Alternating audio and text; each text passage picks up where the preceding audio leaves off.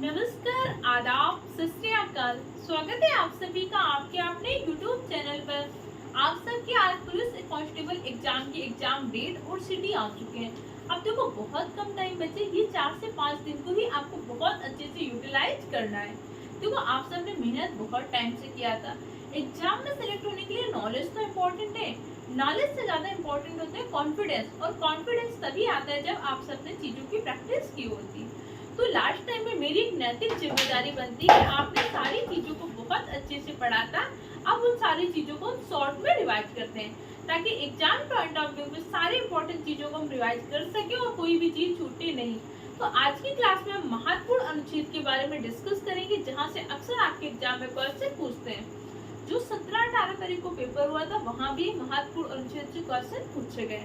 तो आपका कोई भी वीडियो मिस ना हो और आपके बहुत अच्छे नंबर है, इसलिए चैनल को सब्सक्राइब कर लीजिएगा। अपनी क्लास को स्टार्ट करते हैं एक मोटिवेशनल क्वेश्चन। कर लिया सैर दुनिया की वो गालिब, फिर जिंदगानी कहाँ रह गई जिंदगानी, अगर तुम फिर नौजवानी कहाँ। यही टाइम है, 4 से 5 दिन है ना, यूटिलाइज कर लीजिए। उसके बाद जब एग्जाम हो जाएगा ना, आपको मन भी करेगा तो पढ़ लूँ, तब पढ़ने का कोई फायदा नहीं होगा क्योंकि तब आपका एग्जाम हो चुका। तो अपनी क्लास को स्टार्ट करते हैं। देखो महत्वपूर्ण अनुच्छेद तो डिस्कस करेंगे, उसके साथ साथ हम सबसे पहले देखते हैं संविधान सभा कि भैया ये हमारा संविधान बना कैसे था, हमारी संविधान सभा का गठन कैसे हुआ था, इन सब चीजों को भी देख लेते हैं। देखो संविधान सभा की मांग पहली बार अप्रत्यक्ष रूप से 1895 में बाल गंगाधर तिलक ने स्वराज विधेयक के द्वारा की। तो पहली बार संविधान सभा की अप्रत्यक्ष मांग किसने किया था? 1895 में बाल गंगाधर तिलक ने। बाल गंगाधर तिलक कांग्रेस के गर्भ दल से जुड़े हुए नेता है। बाल गंगाधर तिलक ने 1916 में इन्हीं बेसेंट के साथ मिलकर होम रूल लीग आंदोलन चलाया था।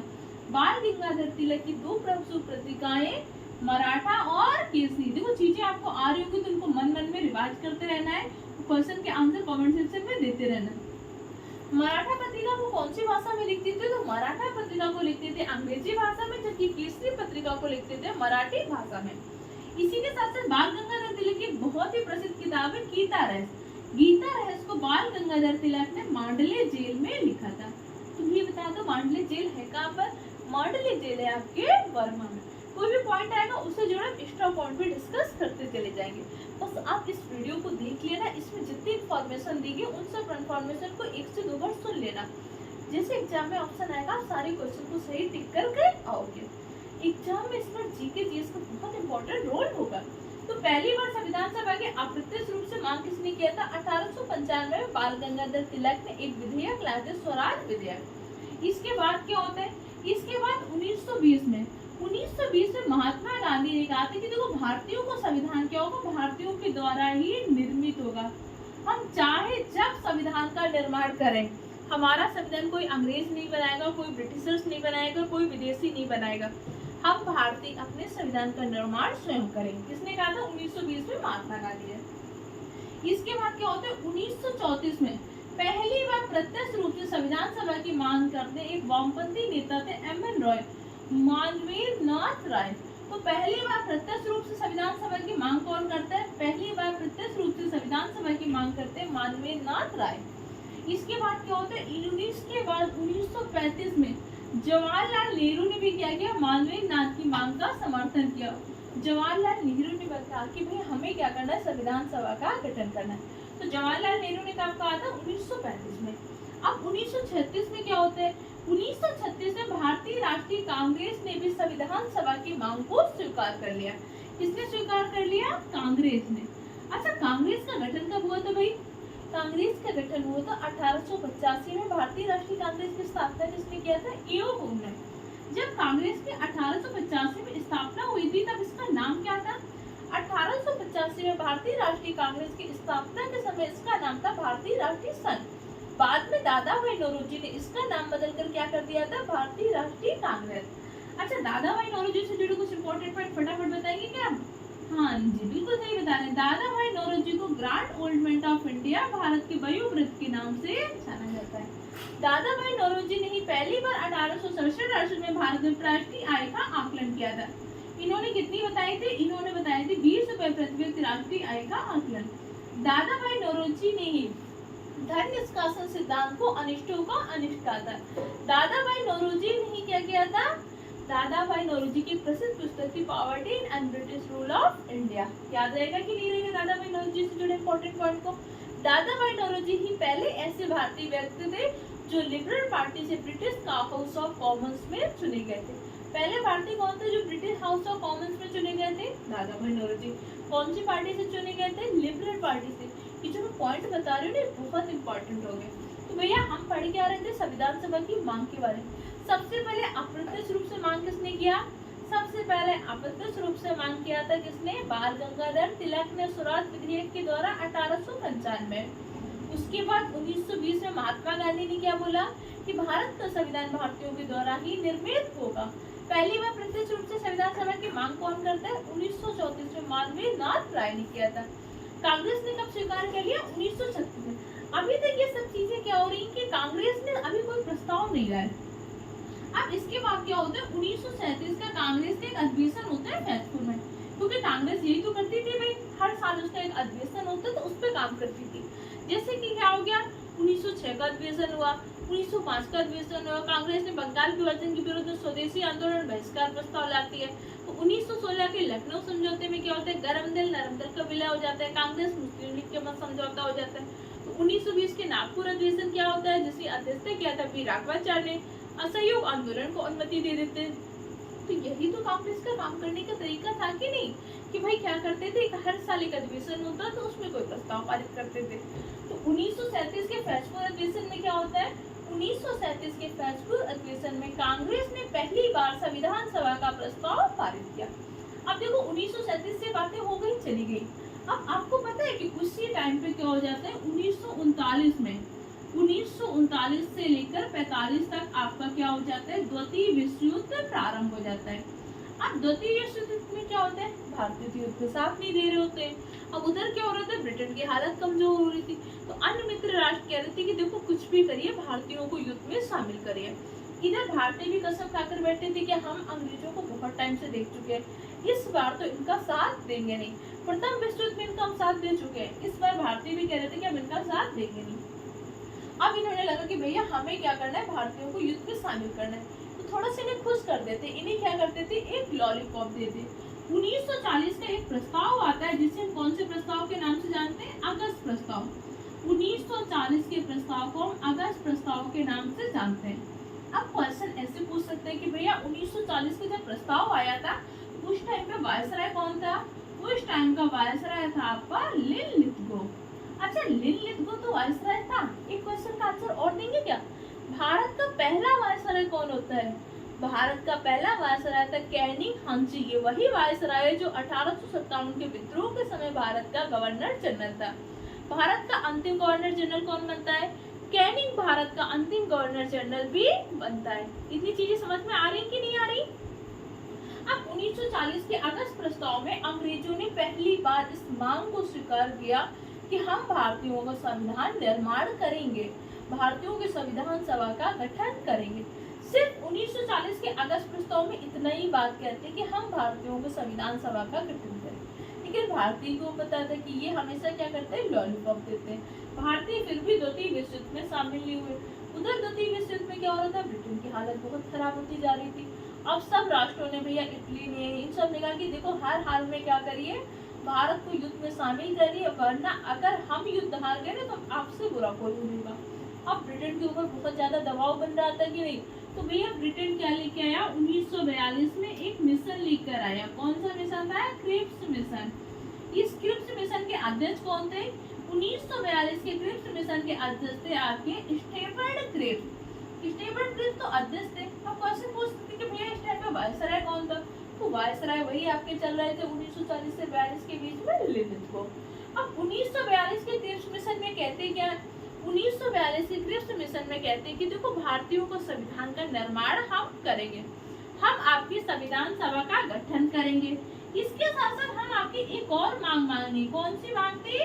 Dominion state. उन्होंने कहा कि देखो आप डोमिनियन स्टेट भी मांगा था कि नहीं मांगा था? अच्छा बता दो भाई, भारतीयों ने पहली बार डोमिनियन स्टेट कब मांगा था? 1942 के क्रिप्स मिशन में कहा गया कि एक तो हम आपके डोमिनियन स्टेट का दर्जा दे देंगे, दूसरी बात क्या करेंगे? दूसरी चीज हम आपका क्या कर देंगे? संविधान सभा का गठन कर देंगे। बहुत अच्छी बात है, लेकिन एक बहुत बुरी बात होगी। उन्होंने कहा कि ये सारे काम तो करेंगे, लेकिन ये सारे काम करेंगे कब? युद्ध के बाद। हम भारतीय समझ गए कि हमें फिर से क्या कर रहे हैं, लॉलीपॉप पकड़ा रहे हैं। इतनी कहानी समझ में आई कि नहीं आई भाई? सबसे पहले अप्रत्यक्ष रूप से संविधान सभा की मांग किसने किया था? 1895 में किया था बाल गंगाधर तिलक ने। कौन सा विधेयक लेकर आए थे? स्वराज विधेयक। इसके बाद क्या होता है? 1920 में महात्मा गांधी ने कहा कि भारत का संविधान भारतीयों के द्वारा ही निर्मित होगा। पहली बार संविधान सभा की प्रत्यक्ष मांग कौन करता है? 1934 में वामपंथी नेता मानवेंद्र नाथ राय ने। इसके बाद 1935 में जवाहरलाल नेहरू ने भी मानवेंद्र नाथ की मांग का समर्थन किया। इसके बाद क्या होता है? 1936 में फैजपुर अधिवेशन होता है, जिसमें कांग्रेस ने संविधान सभा की मांग को स्वीकार किया। अंग्रेजों ने पहली बार कब स्वीकार किया? अंग्रेजों ने 1940 के अगस्त प्रस्ताव में।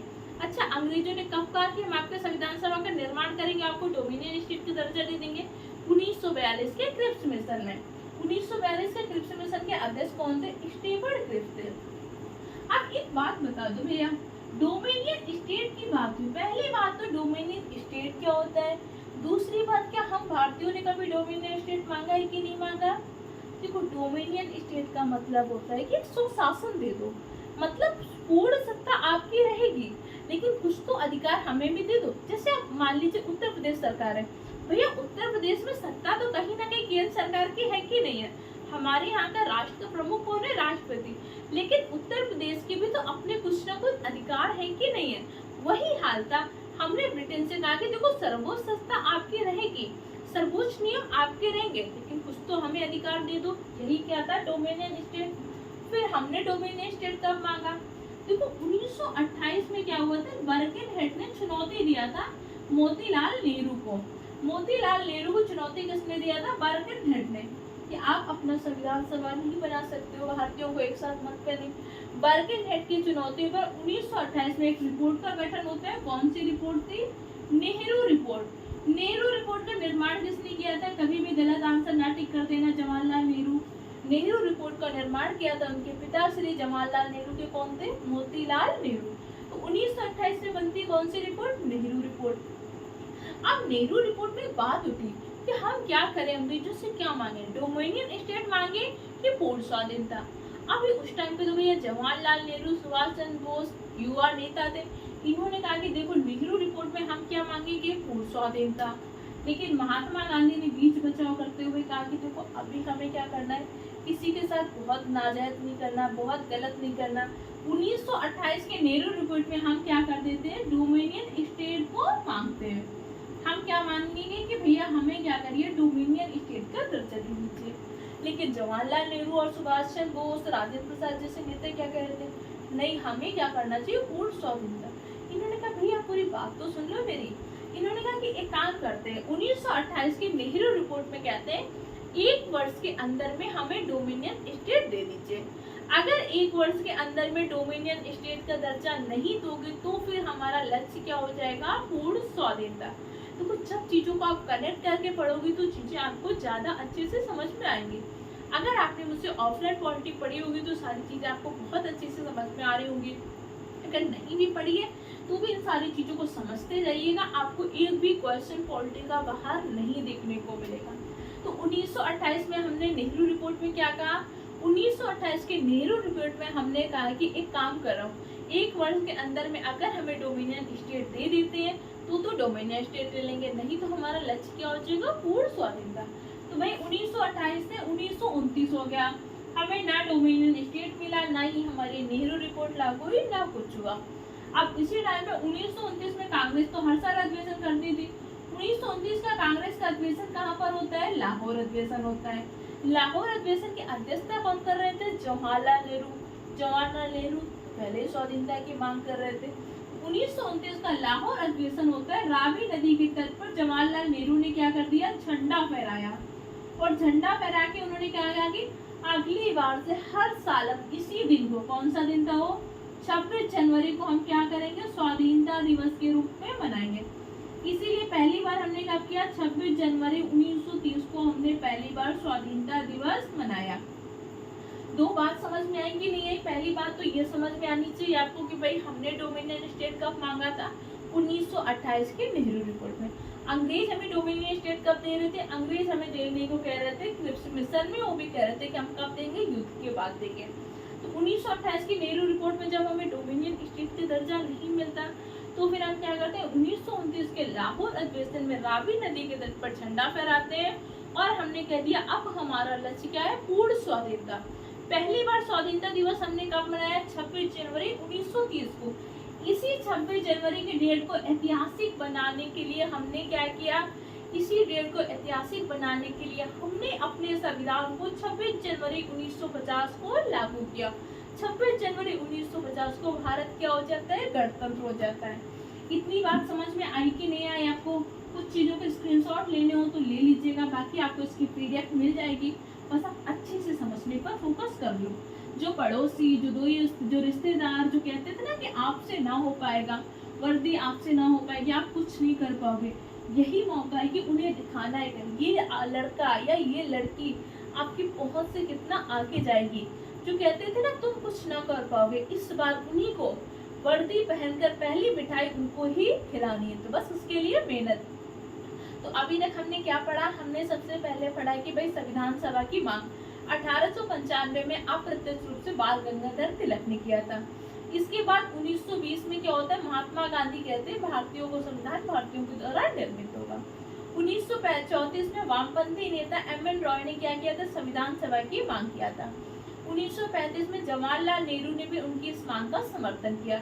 1936 में कांग्रेस ने क्या किया, पहली बार संविधान सभा का प्रस्ताव पारित करती है। इसके बाद क्या हो जाता है, 1940 का अगस्त प्रस्ताव आता है। अगस्त प्रस्ताव में अंग्रेजों ने भारतीयों के संविधान सभा की मांग को स्वीकार कर लेते हैं। अब भारतीयों को संविधान की मांग के लिए 1942 में एक मिशन आता है। उस मिशन के अध्यक्ष कौन थे, उस मिशन के अध्यक्ष थे आपके स्टेफर्ड क्रिप्स।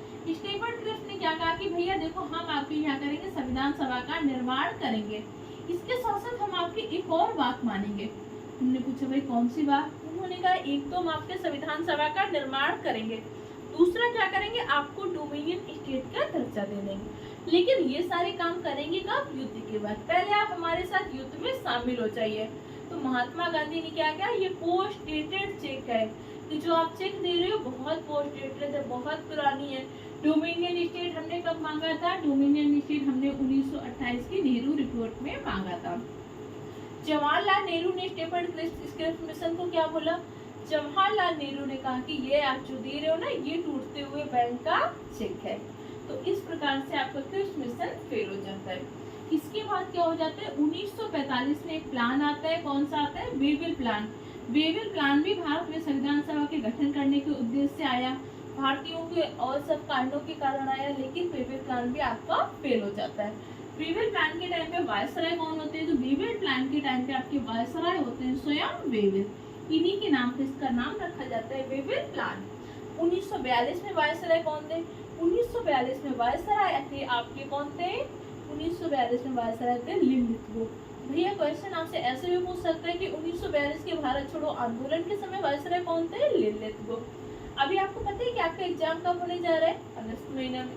तो अगस्त महीना में कौन कौन सी घटनाएं हुई थी पता है क्या आपको, जल्दी से बता दो भैया। 7 अगस्त को क्या हुआ था, फटाक से बताइएगा।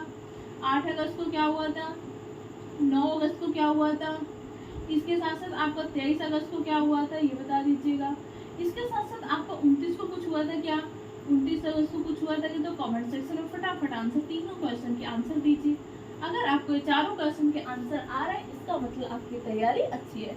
अगर नहीं आ रहे तो भी कोई दिक्कत की बात नहीं, अभी टाइम है, हम सीख लेंगे, परेशान नहीं होना, बस मेहनत करनी है। वीडियो अच्छा लग रहा हो तो चैनल को सब्सक्राइब करिए। आपको मेहनत कैसी समझ में आ रही है तो बताइएगा। अब इसके आगे हम डिस्कस करते हैं। 1945 का वेविल प्लान फेल हो जाते हैं। इसके बाद आते हैं 24 मार्च 1946 को एक मिशन आता है, कौन सा मिशन होता है, कैबिनेट मिशन। इसी कैबिनेट मिशन के द्वारा भारत की संविधान सभा का गठन होता है। तो भारत की संविधान सभा का गठन कैसे होता है, कैबिनेट मिशन के द्वारा। कैबिनेट मिशन 24 मार्च को कहाँ पर आता है, दिल्ली आता है। अब देखो इस टाइम तक क्या हुआ था, मुस्लिम लीग अपनी पृथक पाकिस्तान की मांग को दोहरा रही थी।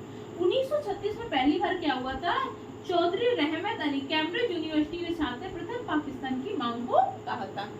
ये सब चीजें हमने मॉडर्न हिस्ट्री के क्लासेस में देखी हुई हैं। अगर आपने अभी तक मॉडर्न हिस्ट्री की क्लास को नहीं देखा तो चैनल के प्लेलिस्ट में जाकर देख लीजिएगा। अब 24 मार्च 1946 को कैबिनेट मिशन आता है। अब कैबिनेट मिशन से मुस्लिम लीग क्या कहता है? कैबिनेट मिशन से मुस्लिम लीग कहते हैं कि देखो हमें क्या करना है, अपना अलग बनाना है। पता है कब कितना? कैबिनेट मिशन ने कहा कि देखो भारत के साथ मिलकर बनाना हो तो बना लो, वरना चुपचाप बैठ जाओ। तो मुस्लिम लीग कहते हैं चलो ठीक है हम बना लेंगे। अब कैबिनेट मिशन कहता है कि हम आपके यहाँ क्या करेंगे, 10 लाख की जनसंख्या पर एक सीट का निर्धारण करेंगे।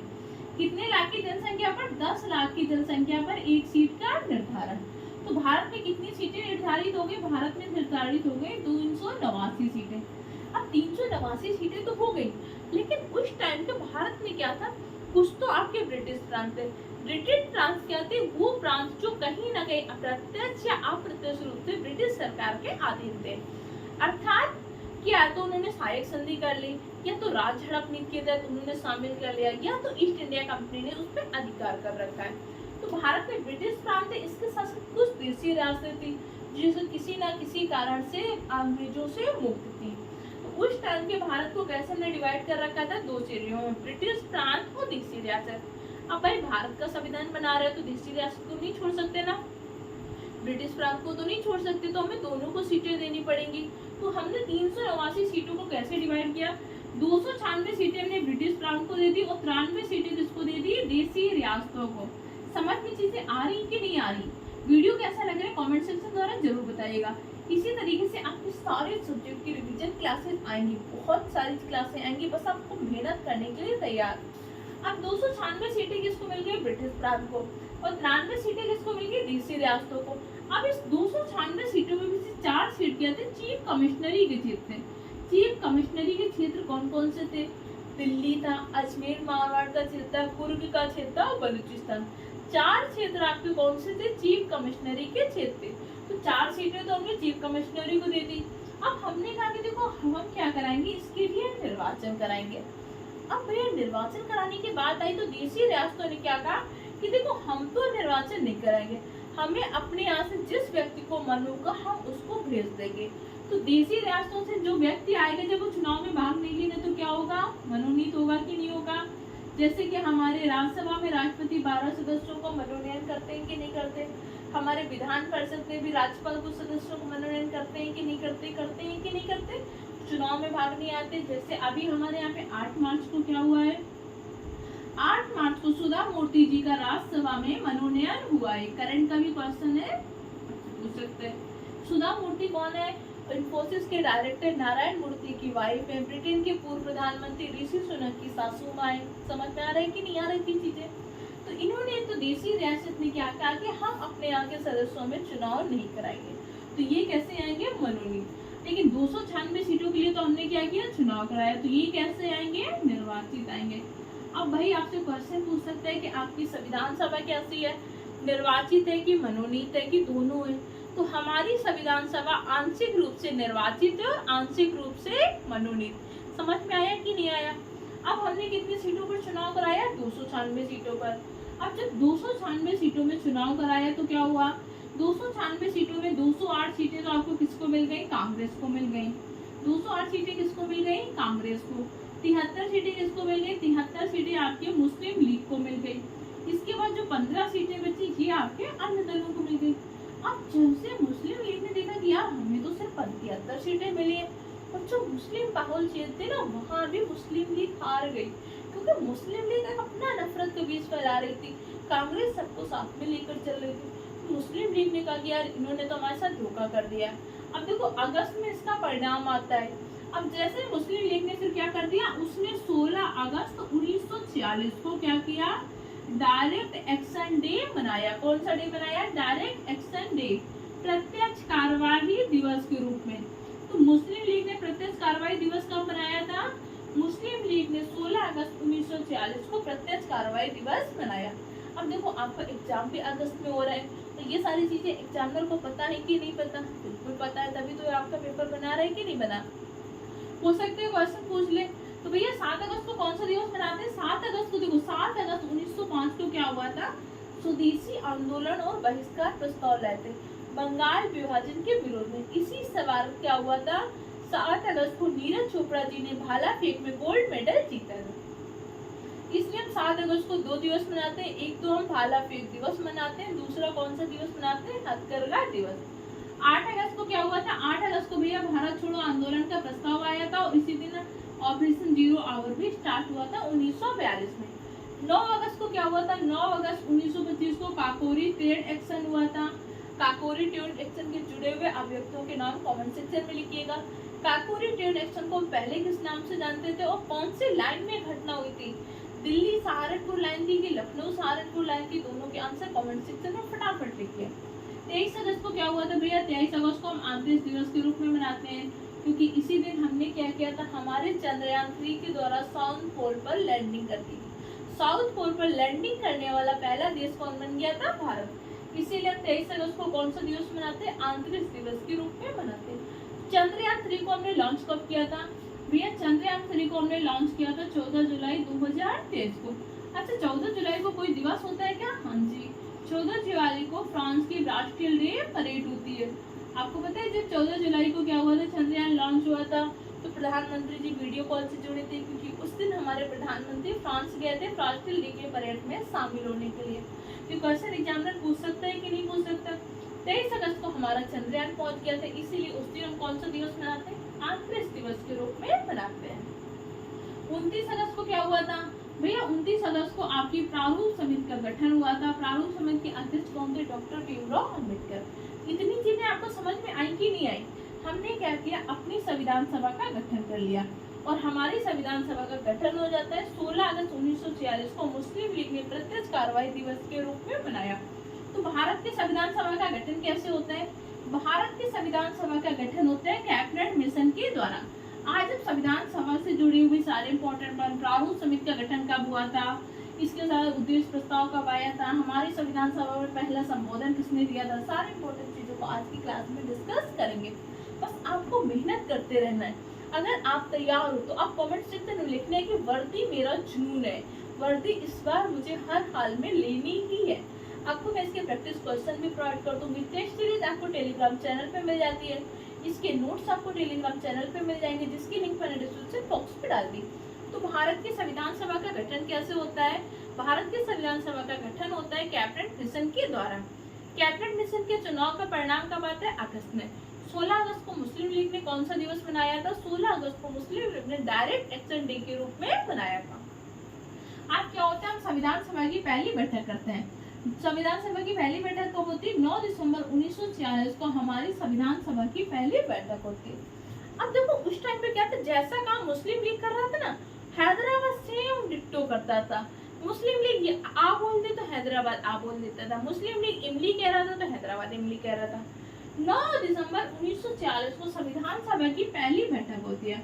अब इस पहली बैठक का 2 लोगों ने बहिष्कार किया, एक तो मुस्लिम लीग ने बहिष्कार किया। अब भैया मुस्लिम लीग ने बहिष्कार किया तो कौन करेगा, मुस्लिम लीग के साथ साथ उसकी पोस्ट जो थी हैदराबाद, इसने भी बहिष्कार किया।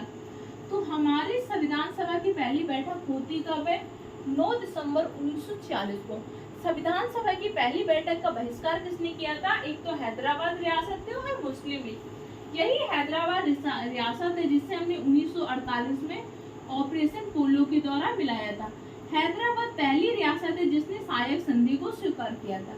अब एक क्वेश्चन का आंसर आप बता दीजिए कि हैदराबाद की स्वतंत्र राज्य के रूप में स्थापना किसने किया था, कमेंट सेक्शन में आंसर फटाफट लिख दीजिए। अब 9 दिसंबर 1946 को संविधान सभा की पहली बैठक होती है, तो हमने कहा कि संविधान सभा का अध्यक्ष चुनना है।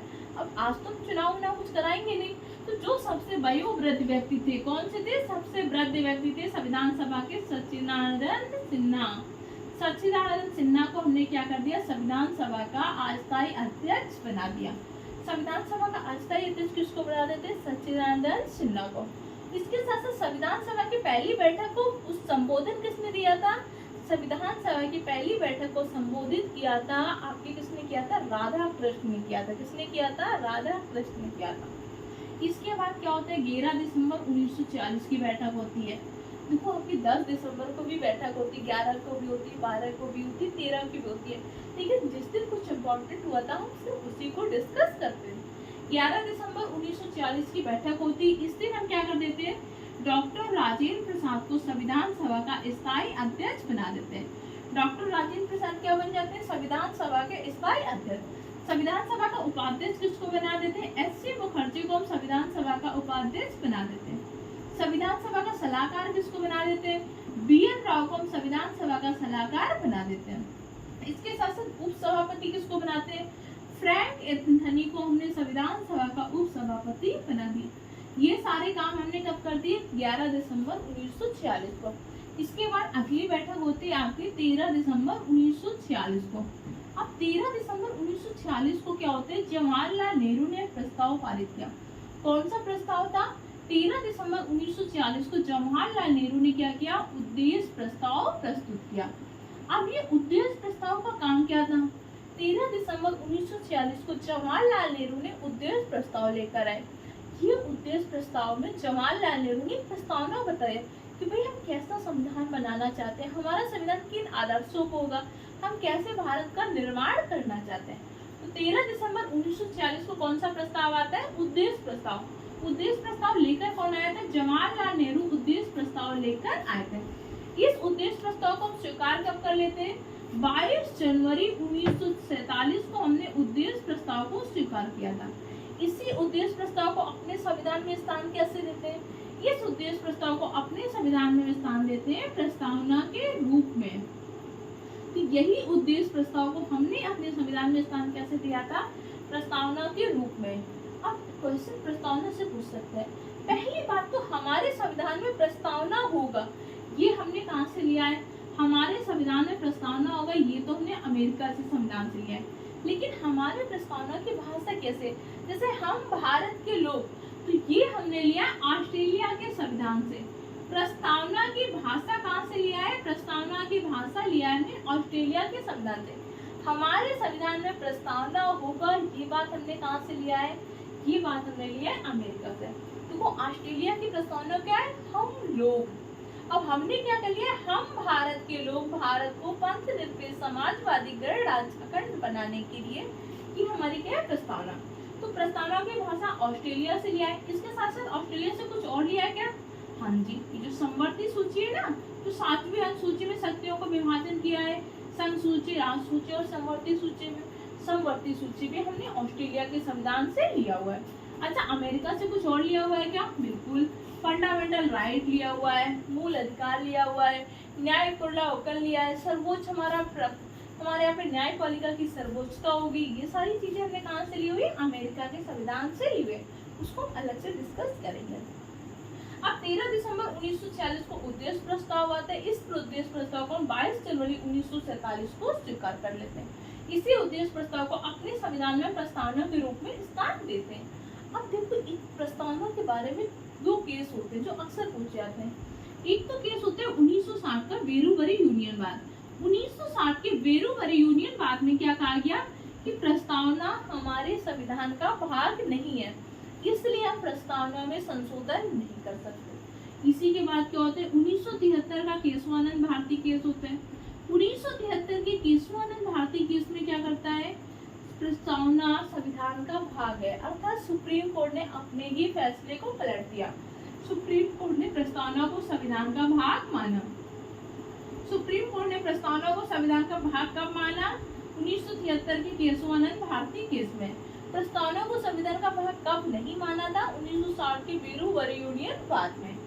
अब क्या हो जाता है? अगर प्रस्तावना हमारे संविधान का भाग है तो हम प्रस्तावना में संशोधन कर सकते हैं, बिल्कुल कर सकते हैं।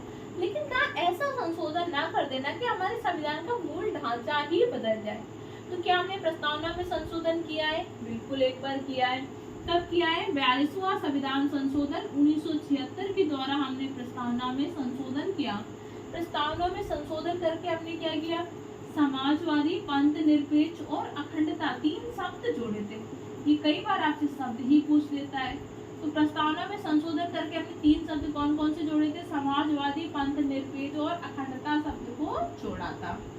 इसी के साथ साथ प्रस्तावना में कितने प्रकार के न्याय हैं? तो प्रस्तावना में हमें 3 प्रकार का न्याय प्रदान किया गया है। 5 प्रकार की स्वतंत्रता दी गई है, विचार, अभिव्यक्ति, विश्वास, उपासना, धर्म की स्वतंत्रता। 2 प्रकार की समता दी हुई है। कौन कौन सी समता? प्रतिष्ठा और अवसर। न्याय कौन से? सामाजिक, आर्थिक और राजनीतिक न्याय। हमें धार्मिक न्याय नहीं मिला। इस प्रकार से उद्देश्य प्रस्ताव आपका क्या हो जाता है, संविधान में प्रस्तावना के रूप में शामिल हो जाता है। इसी के साथ साथ हम क्या कर देते हैं, 29 अगस्त 1947 को क्या करते हैं, प्रारूप समिति का गठन करते हैं। इस प्रारूप समिति के अध्यक्ष कौन बनते हैं, डॉक्टर भीमराव अंबेडकर अध्यक्ष बनते हैं। इसके साथ साथ 6 और सदस्य होते हैं। तो प्रारूप समिति के अंतर्गत कितने सदस्य थे, 7 सदस्य। मोहम्मद सादुल्ला, अल्लादी कृष्ण स्वामी अय्यर, टी कृष्णाचार्य, टी खेतान, मुंशी किया मुंशी, ये सब क्या थे, प्रारूप समिति के प्रमुख सदस्य थे। तो भाई हमारी प्रारूप समिति की संविधान सभा में महिलाएं कितनी थी, तो हमारी संविधान सभा में महिलाओं की संख्या थी 15। एनी मिस्त्री, सुचिता कृपलानी, सरोजिनी नायडू, पूर्णिमा बनर्जी, हंसा मेहता, मालती चौधरी, रेणुका राय, अमू स्वामीनाथन, ये सब क्या थी, हमारी संविधान सभा की प्रमुख महिलाएं थी। क्लियर हो गया। तो संविधान सभा में 15 महिलाएं थी। अब संविधान सभा की पहली बैठक कब होती है, 9 दिसंबर 1946 को। इसके बाद संविधान सभा की हमारी अंतिम बैठक कब होती है, 24 जनवरी 1950 को संविधान सभा की हमारी अंतिम बैठक होती है। देखो हमारा जो संविधान था, हमारा संविधान 26 नवंबर 1949 को बनकर तैयार हो गया था। 26 नवंबर 1949 को हमने क्या कर लिया था, अपने संविधान का अंगीकरण किया था, लेकिन हमने अपने संविधान को लागू नहीं किया था, क्योंकि 1929 के लाहौर अधिवेशन में हमने क्या कहा था कि 26 जनवरी को हम पहली बार क्या करेंगे, स्वाधीनता दिवस मनाएंगे। पहली बार स्वाधीनता दिवस कब मनाया था, 26 जनवरी 1930 को। इसीलिए हम उस 26 जनवरी की डेट को क्या करना चाहते थे, ऐतिहासिक बनाना चाहते थे। तो 26 नवंबर 1949 को हमने क्या कर लिया, अपने संविधान का अंगीकरण कर लिया और 15 अनुच्छेद लागू कर दिए, जिसमें से नागरिकता के प्रावधान थे या कुछ और प्रावधान थे। ये जो 15 अनुच्छेद लागू किए, इसका उल्लेख कहाँ पे, अनुच्छेद 395 में उल्लेख है कि भैया हमने 26 नवंबर 1949 को कौन कौन से आर्टिकल लागू किए। इसीलिए हम 26 जनवरी को संविधान दिवस और विधि दिवस के रूप में 26 नवंबर को मनाते हैं। 24 जनवरी 1950 को क्या होता है, संविधान सभा की अंतिम बैठक होती है। इस दिन हम क्या करते हैं, पहली बात तो हमने भारत के राष्ट्रगान को अपना लिया था। दूसरा क्या करते हैं, भारत के राष्ट्रगीत को अपना लेते हैं। इसके साथ साथ हमने भारत के राष्ट्रपति के रूप में डॉक्टर राजेंद्र प्रसाद को चुन लिया था। 3 मुख्य इंपॉर्टेंट काम जो 24 जनवरी को करते हैं। अच्छा अब ये बता दो भैया, राष्ट्रगान, राष्ट्रगान कौन सा है, हमारा जन गण मन भारत का राष्ट्रगान है। राष्ट्रगान को लिखा किसने, रविन्द्रनाथ टैगोर जी ने। रविन्द्रनाथ टैगोर जी ने राष्ट्रगान लिखा है। राष्ट्रगीत क्या, वंदे मातरम लिखा किसने, बंकिम चंद्र चटर्जी जी ने वंदे मातरम को लिखा है। राष्ट्रपति कौन है, भारत के पहले राष्ट्रपति डॉक्टर राजेंद्र प्रसाद जी। ये सारी चीजें तो आपको पता होंगी, फिर हम बताने कौन वाली बात है। अब आप बताइए, राष्ट्रगान हमने पहली बार कब गाया था। पहली बार राष्ट्रगान हमने गाया था 1911 के कलकत्ता अधिवेशन में। 1911 के कलकत्ता अधिवेशन में पहली बार राष्ट्रगान गाया गया था। यही राष्ट्रगान 1911 के कलकत्ता अधिवेशन में गाया गया था, जिसे हमने भारत के राष्ट्रगान के रूप में स्वीकार किया। अच्छा तो फिर क्वेश्चन पूछ सकते हैं कि भाई 1911 के कलकत्ता अधिवेशन की अध्यक्षता किसने किया था, पंडित विश्व नारायण धर ने 1911 के कलकत्ता अधिवेशन की अध्यक्षता किया था। ये तो हो गया कि राष्ट्रगान हमने पहली बार कब गाया था। अब भाई क्वेश्चन पूछ सकते हैं कि राष्ट्रगीत हमने पहली बार कब गाया था। तो राष्ट्रगीत हमने पहली बार कब गाया था, तो राष्ट्रगीत हमने पहली बार गाया था 1896 के कलकत्ता अधिवेशन में। तो 1896 के कलकत्ता अधिवेशन की अध्यक्षता किसने किया था, रहीमतुल्ला सयानी ने। 1896 के कलकत्ता अधिवेशन की अध्यक्षता किया था आपके रहीमतुल्ला सयानी ने। तो पहली बार राष्ट्रगीत हमने कब गाया था, पहली बार राष्ट्रगीत हमने गाया था 1896 के कलकत्ता अधिवेशन में। अध्यक्षता करते हैं रहीमतुल्ला सयानी। और राष्ट्रगान राष्ट्रगीत को हमने अपना कब लिया था, 24 जनवरी 1950 को। इतनी चीजें समझ में आई कि नहीं। सारी चीजें व्यवस्थित फॉर्म में पीडीएफ के फॉर्म में आपको टेलीग्राम चैनल पे मिल जाएंगी। आप चैनल की प्लेलिस्ट में जाइएगा, वहां से वीडियो सारे देख लीजिए। टेलीग्राम चैनल में पीडीएफ मिल जाएगी, पढ़िए, मेहनत करिए।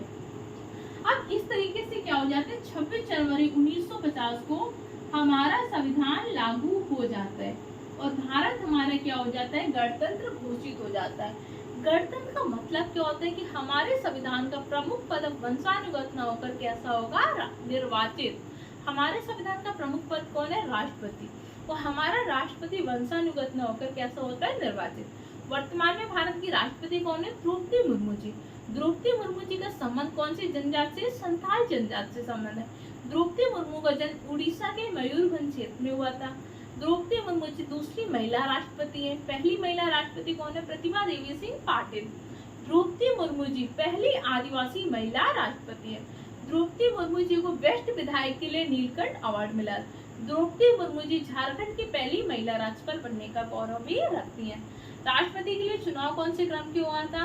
राष्ट्रपति के लिए चुनाव हुआ था 16वें क्रम का, जबकि राष्ट्रपति कौन सी? 15वें क्रम की, क्योंकि डॉक्टर राजेंद्र प्रसाद 2 बार राष्ट्रपति बने थे। इतनी चीजें समझ में आई कि नहीं आई?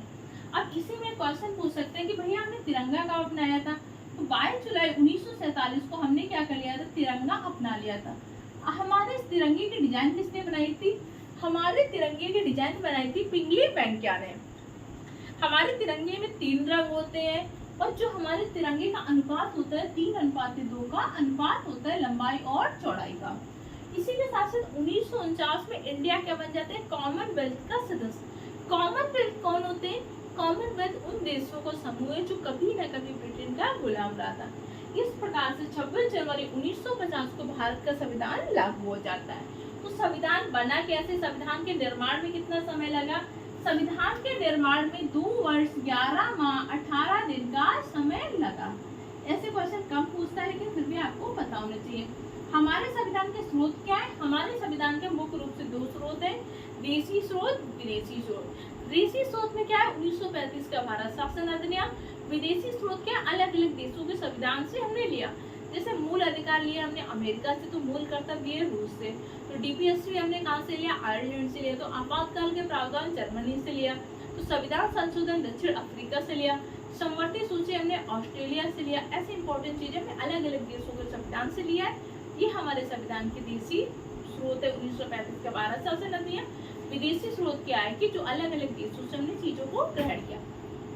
इन सारे संघर्षों के बाद हमारा संविधान 26 जनवरी 1950 को लागू हो जाता है। उस दिन से भारत गणतंत्र हो जाता है। तो आज की क्लास में इतने ही पॉइंट डिस्कस करेंगे। वीडियो कैसा लगा फीडबैक कमेंट सेक्शन द्वारा दीजिएगा।